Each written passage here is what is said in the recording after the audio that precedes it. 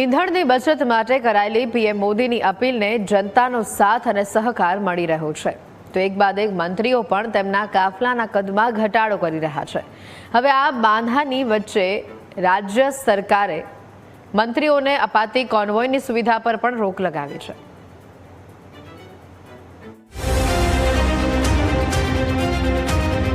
जहां संभव हो पेट्रोल डीजल का उपयोग कम करें। विश्वभરમાં યુદ્ધની પરિસ્થિતિના કારણે ઈંધણની અછત સર્જાઈ છે, જેને નિવારવા પ્રધાનમંત્રી મોદીએ લોકોને હાલ પેટ્રોલ અને ડીઝલનો ઉપયોગ ઘટાડવાની અપીલ કરી હતી। આ અપીલ બાદ ઠેર ઠેરની જનતાનો હકારાત્મક પ્રતિસાદ મળી રહ્યો છે। આ નિવેદન એ સબકા સાથ સબકા પ્રયાસ અંતર્ગતનું આ નિર્ણય છે, આ અપીલ છે અને આ નિર્ણય અને અપીલ એટલા માટે છે કેમ કે આ રાષ્ટ્રહિતની વાત છે। અત્યારે ચોતરફા યુદ્ધનો માહોલ છે, ખાસ કરીને અમેરિકા અને જે આપણે ઈરાનની યુદ્ધની પરિસ્થિતિ જોઈ રહ્યા છીએ, ત્યારે હોર્મુઝ સ્ટ્રીટ બંધ હોવાના કારણે જે તેલનો જથ્થો છે તે આપણા જહાજો ત્યાં ક્યાંક અટવાયેલા ક્યાંક ફસાયેલા છે। એટલે જો આપણે ઈંધણની બચત કરશું એટલે કે આપણે રોજિંદા વ્યવહારમાં પણ સિટી એરિયામાં પણ ખાસ કરીને સિટી બસનો એટલે કે પબ્લિક ટ્રાન્સપોર્ટેશનનો મહત્તમ ઉપયોગ કરી પોતાના પર્સનલ વાહનનો ત્યાગ કરવો જોઈએ।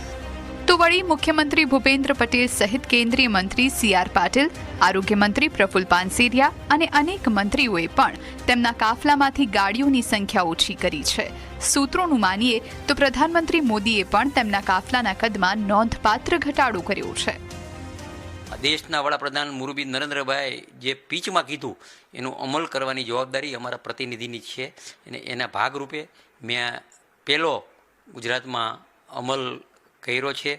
હું જ્યાં સુધી જરૂરિયાત છે આ દેશને રાંધણ ગેસની ને ડીઝલની ત્યાં સુધી અમે આગળ પાયલોટિંગ નહીં વાપરી।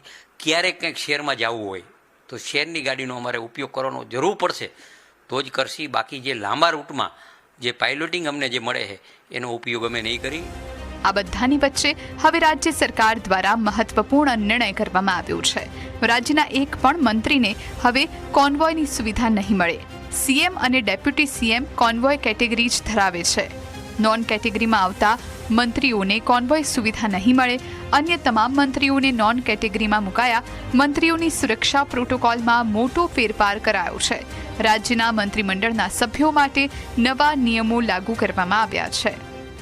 प्रधानमंत्री जी की इस अपील को शिरोधार्य करते हुए मैंने यह निर्णय लिया है कि जब तक पेट्रोलियम की स्थिति सामान्य नहीं हो जाती मैं राज्य के भीतर किसी भी आयोजन के लिए हेलीकॉप्टर या हवाई यात्रा का उपयोग नहीं करूँगा। इसके स्थान पर मैं ट्रेन, राज्य परिवहन बसों और सार्वजनिक साधनों का ही उपयोग करूँगा। इतना ही नहीं, राज्यपाल के रूप में प्राप्त Z+ सुरक्षा के काफिले को दरकिनार करते हुए मैंने निर्णय लिया है कि अब मेरे काफिले में न्यूनतम गाड़ियाँ ही रहेंगी। પેટ્રોલ ડીઝલની બચત, ટ્રાફિક વ્યવસ્થામાં સરળતા અને સરકારી ખર્ચ ઘટાડવાના હેતુથી આ નિર્ણય લેવામાં આવ્યો હોવાનું માનવામાં આવી રહ્યું છે। સરકારના આ પગલાંને સાદગી અને સંસાધનોના સંયમિત ઉપયોગ તરફના પ્રયાસ તરીકે જોવામાં આવી રહ્યું છે। Bureau report, news capital Gujarat.